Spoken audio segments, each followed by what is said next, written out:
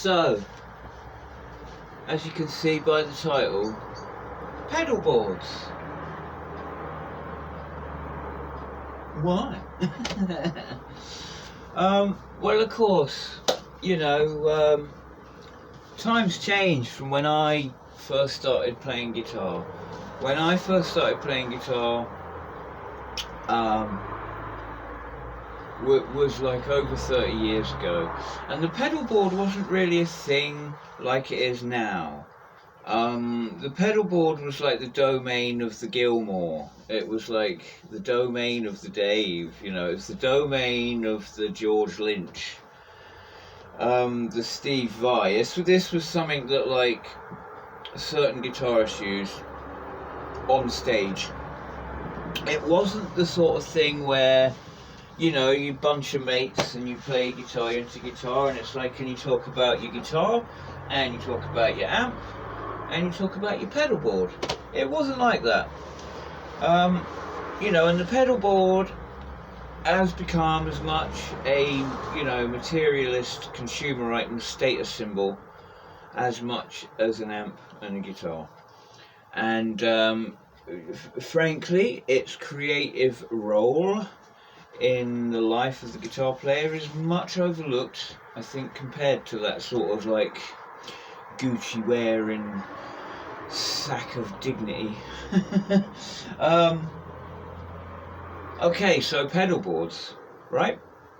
Big deal. They're a big deal.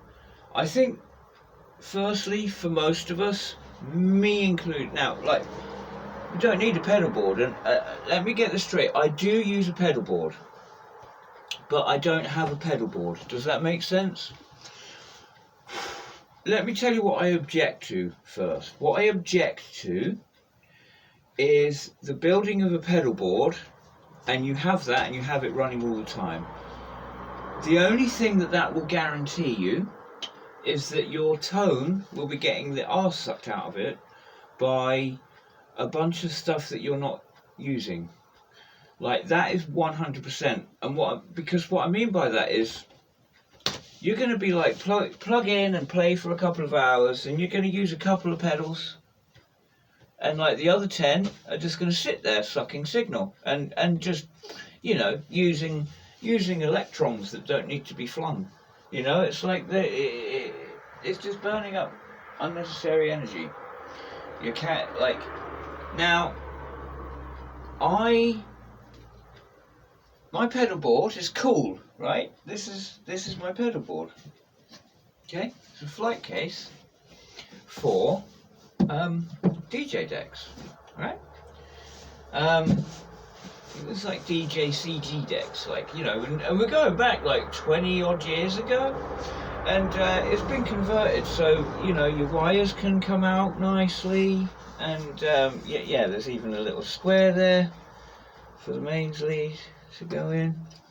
But yeah, so you carry it like so, and it's made of this like this felty stuff, so you can like just put it on the ground and stick pedals to it if you want. I've done that at times, but it's a game of two halves. Okay, so all right, and then there is, where has it gone?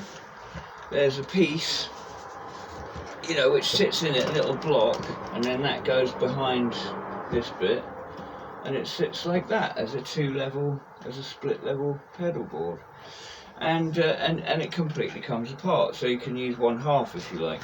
So you can use the lower cavernous half, you know, for transporting a bunch of pedals, and then the top bit for actually mounting them on and going on stage and using them as a pedal board. Now, sensible as that bit of kit is, and I will just show you something quick.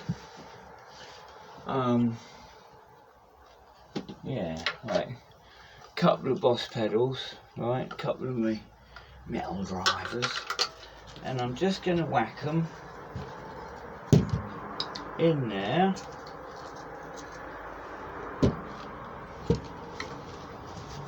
Alright, and just show you that it actually works. So I built my pedal board for the occasion, right? So it's like acoustic gigs and stuff. Like, you know, I'll take the George Dennis, I've got it to hand, George Dennis tremolo pedal. I've got like a stereo ping pong expression pedal that's like a tremolo, really cool fucking thing. Here we are. Yeah, George Dennis optical pedal, and it's a tremolo pedal, right? I use this thing all the time. I love it, and I to be honest, like secretly on the quiet, I'm collecting George Dennis pedals, like the wah fishing line, the fishing line wah is like a big favourite I want to get again. It's got like there's a story behind that pedal. I've got a great story about the fishing line pedal, a personal story. But yeah, like I'm a big fan of George Dennis, and I'm a big fan of expression pedals, just as long as they're not the electro harmonics ones that have no moving parts and sort of sit on the floor like a fucking doorstop. They do my head in. Just on principle, they do my head in. What I love is that electro harmonics, right, responding to like customer criticism that these like no mechanism, like rocking plate expression pedals, like, you know, like had no like base plate or anything like that. So they brought out like an actual tray that you sit them in, so they rock really nicely. What a fucking bunch of like, what a fucking disaster. I mean, I don't know anyone. I mean, how do you do fixed wah? Like, how do you do cocked wah when it's like a fucking shape that like sits on the ground? Like, ugh. Anyway, so this is my pedal board, okay, in flight case mode, okay, right, and and you open it up, and it's like wonders of fucking military technology. Okay, see, like there's me boss drives. I've just bunged them in just so you can see how it works, right? Yeah, it's just on Velcro, right? Okay, metal zone and a metal core. Yeah, see what I mean? So it's pretty damn good. It's a pretty cool bit of kit. But I set it up for the occasion because, you know, I don't want, like, why a lot of people would in a studio like this build a pedal board and they'd plug their guitar into it and they'd be going through all that bloody crap every time they're recording something. Now I'm very strict. I use the shortest possible lead that I can get away with. Okay, it's you know, like a 5-foot lead will do anything in this room pretty much. Okay, but you know, I think it was Mad Malco the other day was talking about he's putting together a pedal board, or he was putting together a pedal board or something. And you know, he's very much of the same opinion as me. I think it's like me. You know, so you build it for the reason, you build it for the gig. It's like, you know, they don't take long to set up. I mean, you see these like, you know, I mean, oh my god, I tell you who I really don't like is Vertex effects. I'm not into Vertex effects at all. I think the company is a disgusting bunch of, is driven by a shill, by an absolute soulless, cynical shill that has done things that are beyond the pale of like good etiquette amongst us musicians. You know, what's great about this, what we're doing here, is that we intend, at least, even if we don't, our intention is to look after each other and look out for each other, to promote each other, to nurture each other's, you know, creative life force. You know, if you're doing music, if you're doing a gig, you know, seriously, you know, you can put it on my channel, you can do whatever you like, go onto my Facebook page and put it on my wall, like, you know, I'll promote every step of the way. You know, it's like, we're here to support each other. It's like, you know, I really enjoy, as a YouTube consumer, I really enjoy Mad Malco's channel. Now, Mad Malco is everything that's good about a YouTube channel. It's like, he does like try and encourage those that come to him for advice and inspiration. And he does try and encourage. He always like reinforces, you know, like the pleasant and good feelings. Like, he doesn't like, yeah, even when he has even when his opinion is different to yours, he doesn't hammer you round the head with it and make you feel like an idiot or make you think that you're wrong.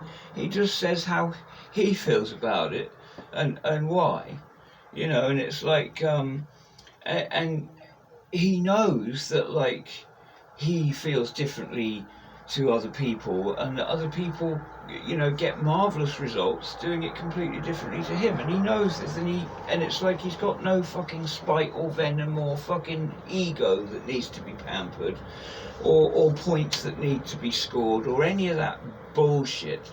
And it's like, because we tire of that really quick, you know. Musicians, like true musicians, you know, are a real cool bunch, but they've got limited patience for bullshit, and they'll move on quick as fuck. It's like, you know, we can smell it.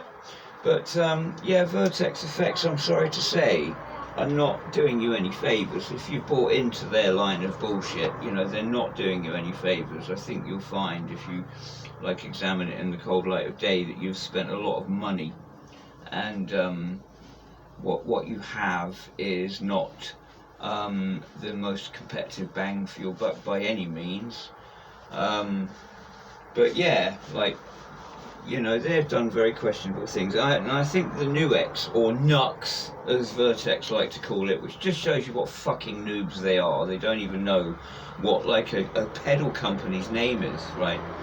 Well, they, you know, they claim that the Steel Singer is a clone of their Dumble pedal, right?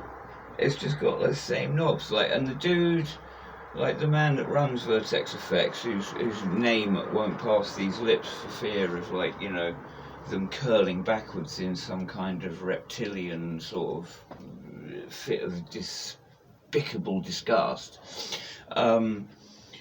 He said, like, that calling it a clone, which he now denies, but he did it 5 times, like, fucking it. You can go through the video. It's like he's saying it's actually on the fucking title of the video. I've been cloned. Oh, he wishes that he was that interesting that someone cloned his crap, right? Fucking is overpriced, underperforming items. Okay. Like, he says in the video, I didn't actually look at a circuit diagram.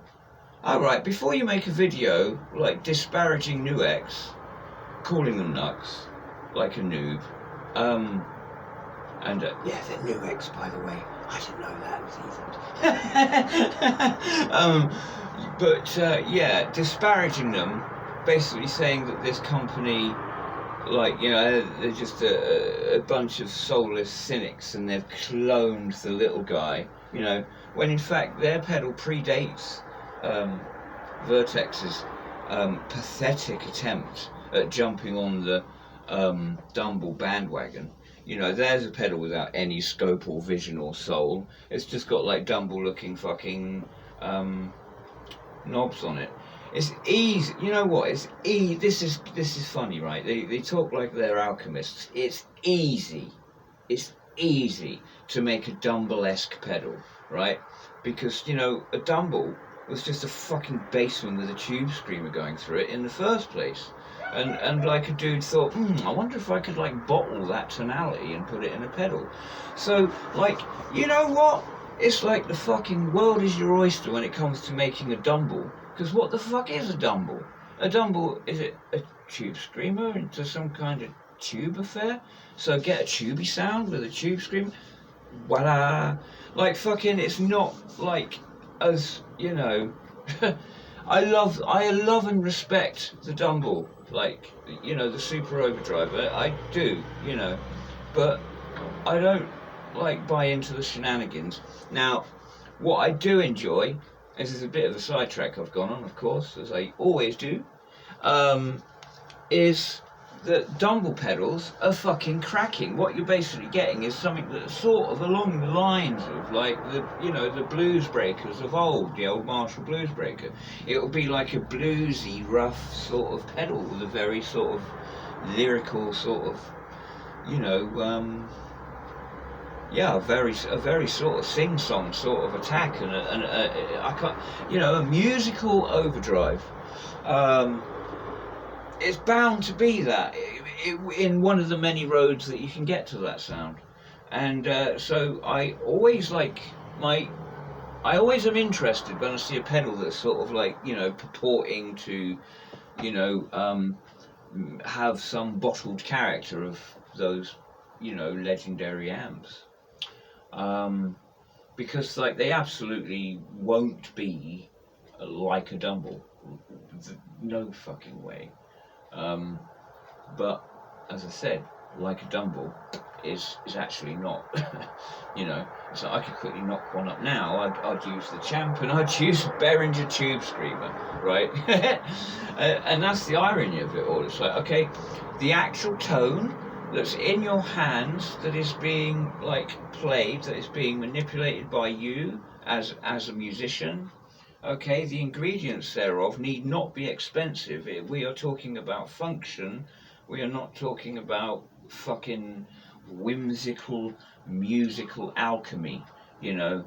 It's an awful lot of bumfluff fucking nonsense, and people that aren't artists, that are engineers, that are like, you know, electrical engineers, that aren't artists, that are basically trying to be artists and trying to, you know, be greater than artists because they are like, I'm getting into a ramble here that's unfair, but let's just say that Vertex effects do not appeal to me, and that's just one of their many misdemeanors. The BBE wah pedal fiasco is by far worse, where they basically got a cheap wah pedal. They splunged it, which is like the technical term for what Vox did with their prototypes, a la Jimi Hendrix wah pedals, or like my very beautiful, if anyone remembers it, and I can't remember who owns it. If you own it out there, own up to it, because I'd like to know who has got my Hammerite prototype Vox wah. Like someone bought it off me, and I would have charged a couple of £100 even back then, like 2005, 2004, whenever I sold it. Who got it? Was it Roland Manuel? Mark Stevens, I thought it was, but he doesn't have it. You know, who got that pedal? You know, I had an old early 70s chrome top, and I had the early 70s, you know, Hammerite prototype, you know, which was like very stripped down, very bare to the wire, and was a long, sweet pedal, a beautiful, gritty, amazing pedal. I've never really come across another Vox like it, and that definitely did the rounds. Like, you know, like Trevor Nobbs, John Stevens, you know, like a lot of the Chichester-based bands, that pedal like went through. Anyway, like if anyone can like tell me about that, like Keith Sutton, I must get in touch with you, my friend. I would very much, for the purpose of recording here, like to borrow the effects that I sold you ages ago. Just to borrow them. I mean, I'd hire them off you, Keith. There were some characterful sounds there that like are still like sounds that I lost after, and I can't actually find the same exact items that were there. But I'd love to, like, you know, I'd love to sort of, yeah, just have some of my old rig for a day. You know, like the phase 2, you know, two fucking 9-volt batteries in a mega stroke phaser, a phaser that doesn't just do that, it sort of does that, you know, like it's a crazy phaser, and it does like a whapper sweep. It's like, whoa, and it's like, wow. That was really cool. That's, you know, the old Roland phase 2. But yeah, Roland Funny Cat, I wish I knew where that was. A very much maligned, but a pedal I like to have, the double Digitech distortion unit, that had the, you know, it's like two distortion pedals in one. And if you remember, I used to like Jubilee clip a whammy bar to the knob, so you have that frequency sweeper, and it, wow, like yeah, like like that's something I'd like to get my hands on. I don't know. We've got my the old original first pressing Super Overdrive, but yeah, like there's a lot of. Anyway, so like, well, let's get to the show. Is it Tone Tuesday already? Good God. Right, so I've been working on a tune, and this is a tune that I got the sound out of the little Stomp Lab, and using the expression using the expression pedal on the Stomp Lab, what I had is I had an octave lower, a -12, okay, on a pitch shifter, set there. Right, and then it would just fade it in. So like with the pedal up, it's just normal, and then when you squeeze the pedal, okay, it's like a bass note comes in. Like it's literally like 12 notes below the note that you're playing. Okay, so an octave below what you're playing comes in when you squeeze the pedal. And I wrote a tune using that sound, that beautiful fat sound. Then it occurred to me that, you know, I wanted a bit more flexibility, like I wanted to maybe use the governor, or like, you know, I wanted to maybe use like my drive rig without being tied into the Stomp Lab with this track, depending on how I recorded it. So I actually plumped for the Behringer, Ultra Octaver, which has got actually two. You can go like an octave below or 2 octaves below. Look at that. Now these, so you've got your clean signal, your octave 1 and your octave 2, and you just basically like, you know, feed them in to the level you want. So I've got the clean, you know, the normal channel, like wound all the way up, and then this one actually moves around depending on what rig you're running and what you're going into. But yeah, that's on like about like 1/2, something like that, 2:30. And the octave 2, the 24 notes down, the 2 octaves, that's out. Like that's like 0. It's wicked, but in this context it muddies it up, so I'm using a driven guitar. Now, so what I kind of want to do is I want to decide exactly what rig I'm gonna run. So this is gonna mean picking some drive pedals. Now I've gone through on the multi-effects and I've tried, you know, the virtual ones, but I'm actually the ones that I have because you know, it's like I've obviously I own them because I love them. So we'll start off with the original and the best. You know, it's a Mark 1 governor. These are going for silly money now.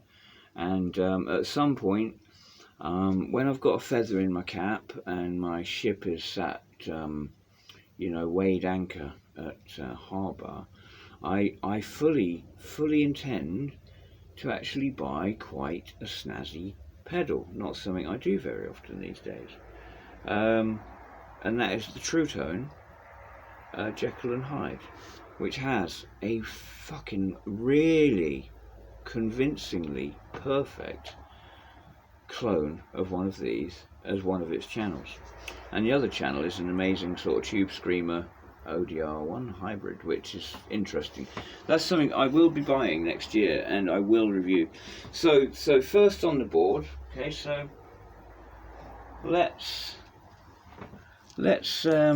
set up our board. So hopefully you can see what I'm doing. So I usually don't use a board, I just use like a car mat or a non-slip mat, lay it down and put what pedals I want at the time to use. Now that means that you're using the minimum of equipment, the minimum of signal chain for the result that you require.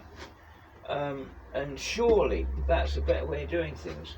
Right, I'm running a small rig, so I'm only going to use the lid. So it's the felt lid.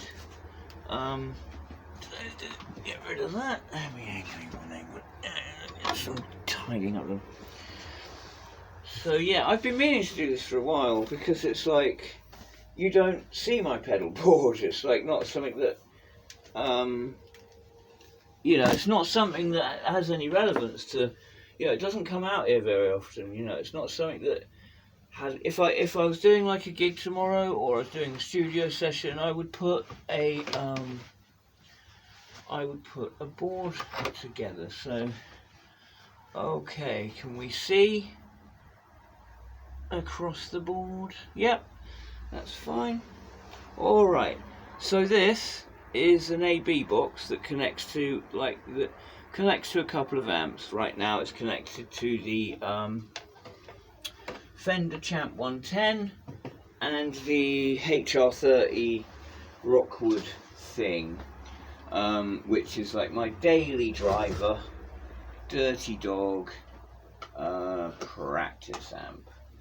Right, so let me just discard of that. This is a very chaotic episode today. I've really been enjoying these Tone Tuesdays, and some of the things that some of the viewers have said, like some of the comments, have been absolutely just mind blowing. Some of the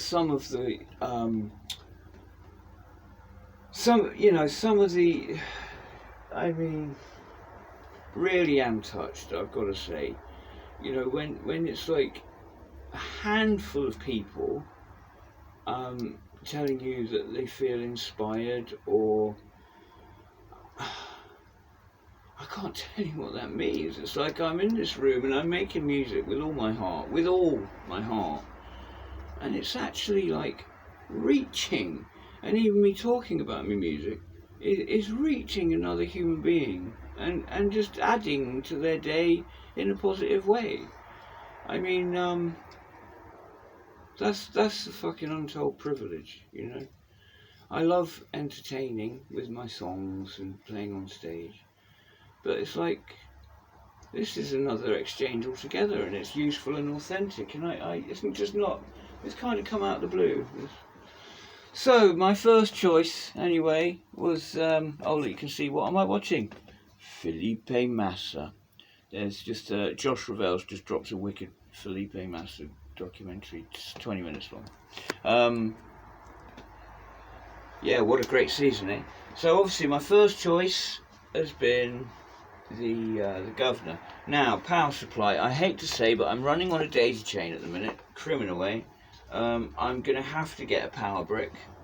Now that like Kayleen and Donna and the like, you know, do power bricks, like really good ones, like really like all the features for, like, you know, 25 to 40 quid. Like, it makes it something that I will do. Like, I wasn't going to bother. I would have just got a bunch of 9-volt like independent, so I wouldn't use a daisy chain too much. It's not the best way of doing it. Right, so we start there with the Governor. Of course, first in the signal chain. First in the signal chain is the tube screamer. Now, I don't use exactly a tube screamer. I use that genius Michelangelo Bascio pedal, which I believe I've already told you about. It's called Vintage Overdrive, imaginably enough. Now, I use it in the boost mode. Now, like, what Michelangelo Bascio's done is he's combined, it's quite wonderful actually, he's combined a TS-808 clone with a low mid boost, a big thonking boost. You know, those like thonking, you know, low mids. And that's exactly the bit of frequency that a tube screamer tends to gut, right? It rips it out of, you know, and this, you know, expands and pushes that without it becoming flubby or mushy or just a muddy mess. You know, it is a tight and a punching low end, and this is the start of the signal chain. This with the Governor is a hell of a pairing, I have to say. Quite powerful, like ZZ Topland. So right, we've got Tube Screamer into Governor so far. Now I'm going into the wild zone that everybody hates, The Metal Zone, first off, like no special edition on this one. I love my Metal Zone. I am an absolute disciple, an acolyte, a lover, and a fighter. Yeah, I love the Metal Zone. I know you'll hate it, but look at my settings. Now, this is key, and I want you to think, you know, like, these are my settings. Okay, oh, it's hard to see. Yeah, there you go. Right, look at where distortion is set. Look at where it's set. That drive is on minimum, okay? It's on hard minimum, right? And it's, yeah, it's on hard minimum, and, you know, it needs a tube screamer if you're going to ramp it up. But it makes some amazing noises when you use this. I actually like a lot of very high gain items that are wound all the way back, to, like, you know, 0.1% capacitance. You know, it's like there's some interesting sound and dynamic there. Okay, it's something that, like, I'll go on about. You'll hear. You've already heard a lot of it, but it's something. Oh yeah. But now this is like possibly my favourite Boss pedal. If I, you know, had to pick one that, you know, I defend to the end, it's the Metal Core. Okay, very similar but very different from the Metal Zone. This thing is just, dude, it's like, this is radioactive punk.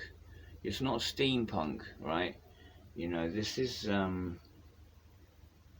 you know, this is like Chekhov radiation punk. This is like the blue light. I believe that this utilizes a COSM circuit. It doesn't say it anywhere on the pedal. I don't think so. Anyway, does it? I don't know. Put the Velcro on it. But it is. I'm pretty convinced. I could be wrong, but I'm quite sure that the Metal Core is actually a digital pedal, which I didn't know for a long time, and would have surely put me off. But yeah, tonally, it's a step aside from the Metal Zone. You can make them sound virtually identical if you want to. But this is also set. You'll see the drive is set to minimum, and that's actually still too much. Okay, it's still too much.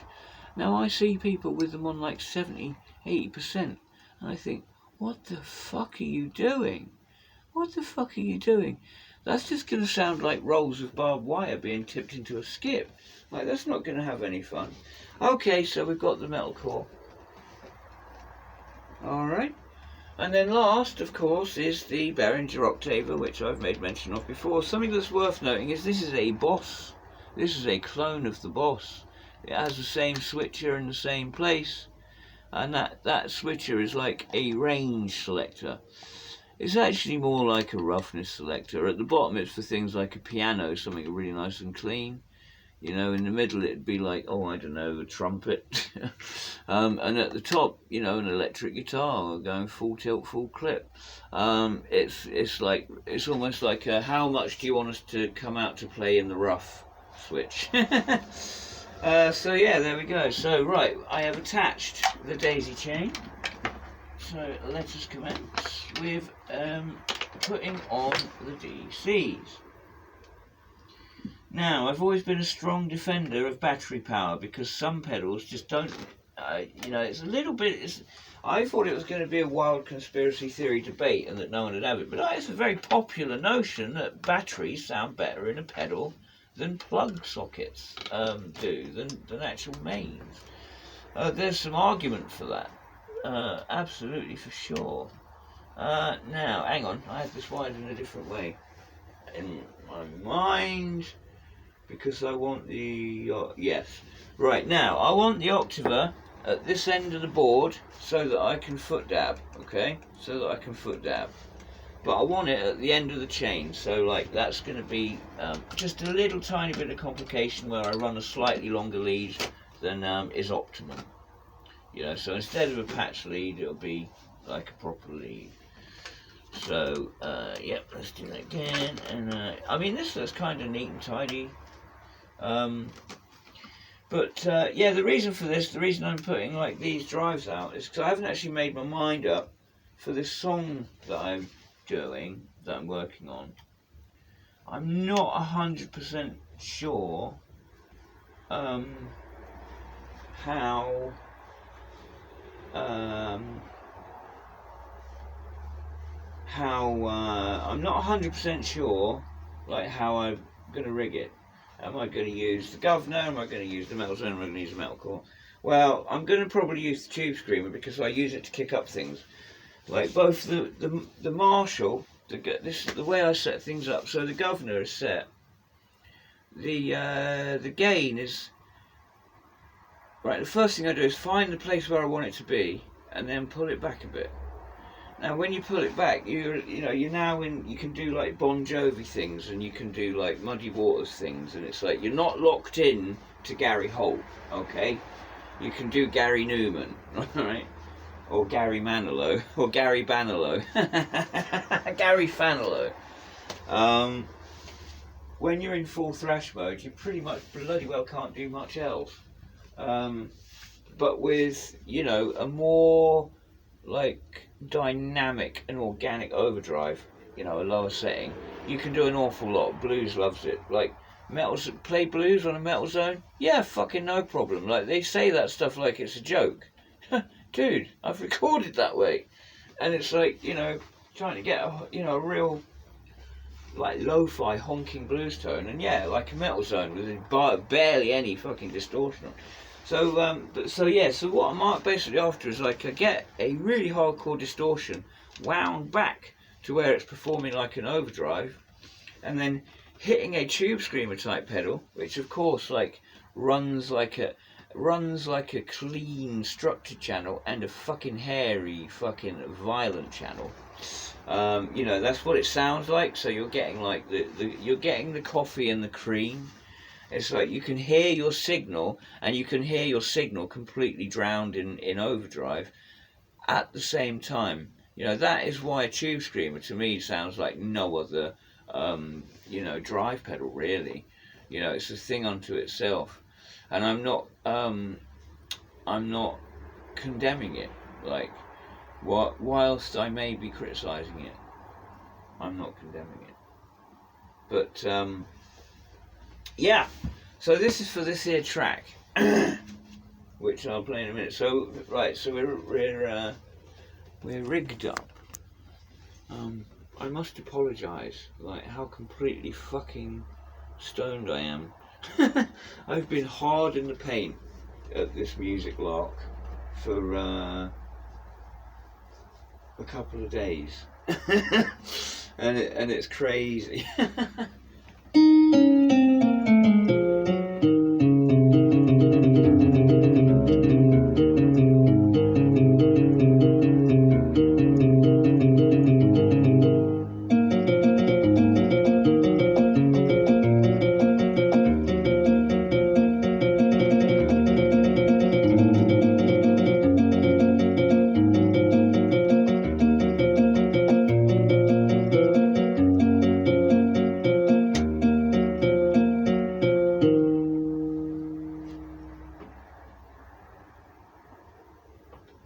Now, I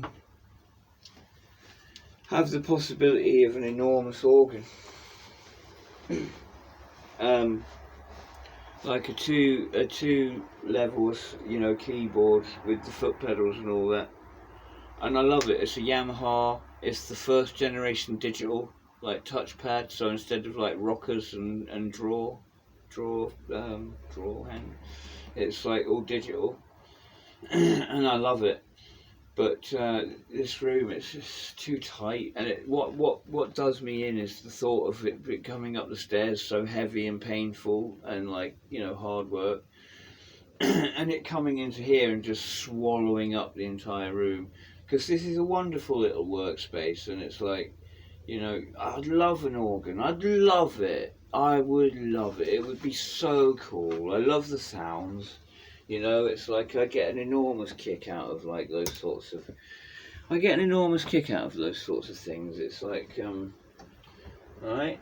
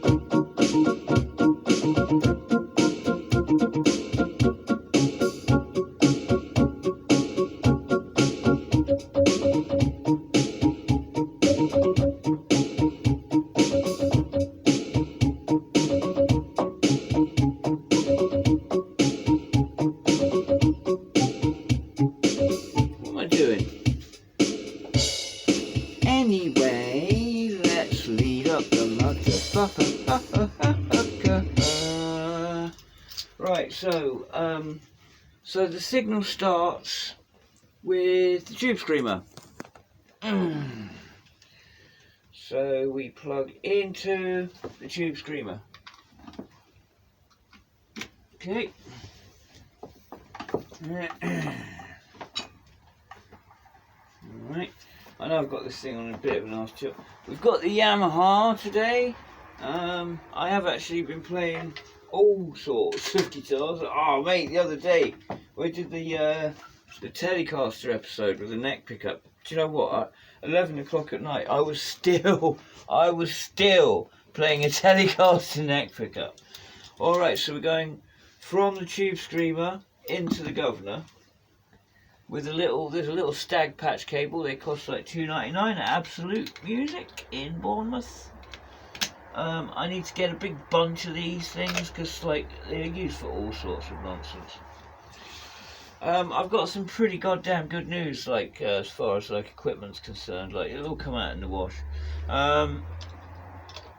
All things being like awesome.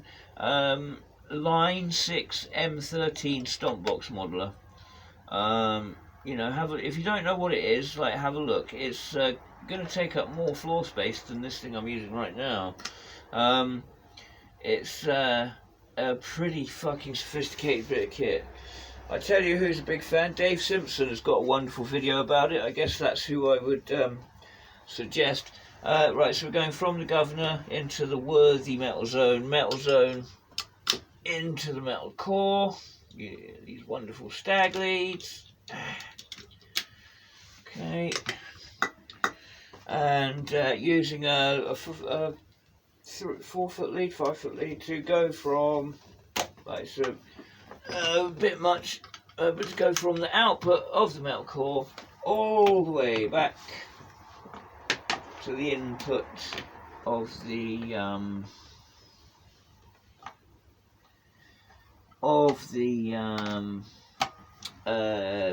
octave bloody fucking divider. Right, so that's there done. And lastly, from the octave divider to the amp, which in this case is the ever fucking awesome little Vox Pt.1. What a fucking amazing bit of kit. Like this has turned out to be. Like this and this was 70 quid. Got it like off Facebook selling group. Guy lived around the corner, lovely guy, lovely chap. Like, you know, was like, you know, he's living in a little flat, like immaculate. You could say he's kind of like quite an up and together dude, like immaculate little flat, but you know, a little whiff of weed, but like fucking, you know, it was chock full of brats. You know, he's having loads of kids, like with his you know, his pretty missus. They're a handsome couple, and they're just like overwhelmed with kids. And I think he's just getting rid of gear, and they're all jammed in this little flat. But yeah, it's immaculate, absolutely immaculate. This thing, you know, I asked him just to turn it on, like I just wanted to see it turned on. I didn't want to demo anything, but he got this wicked guitar, like Epiphone. He got this wonderful like Epiphone Firebird out. Like it was an incredible guitar. Yeah. So right, so we're going into the Vox. Now the Vox, incidentally, is in blackface mode. Which, funnily enough, you know, because like yeah, as you can see, like, you know, I'm pretty fucking big on the whole blackface thing. That is, you know, where I fucking live. So it's not on purpose, but it's just like where like the tone sort of settled where I liked it was, you know, blackface. Right, I'm gonna have to like leave you with a bit of Felipe Massa for a minute because like I'm gonna piss myself. I'll be right back.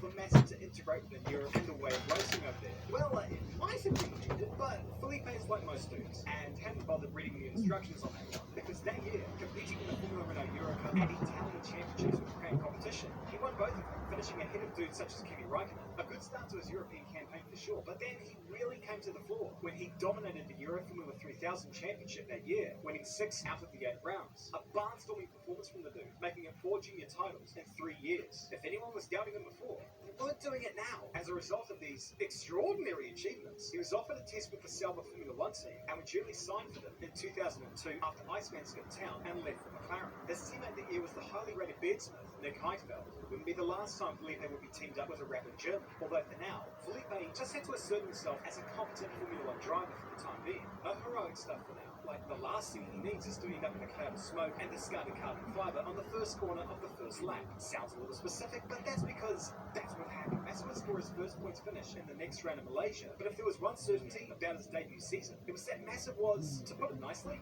inconsistent. He secured 2 more points finishes that year, which... Dreadful. I should be able to edit that. I do apologise, but I was honestly going to wet myself if I didn't call a halt to the proceedings then and dive off. Alright, sorry, I hope I don't get content struck because of Josh Ravel. Alright, so we've put the board together. Yeah. Let's have a go and see what they sound like. Yeah, I don't know how much you can see or what you can see. I don't know where you're going to go. Stick you over here, I guess. Hang on. Is that right? No, it's not good, is it? So.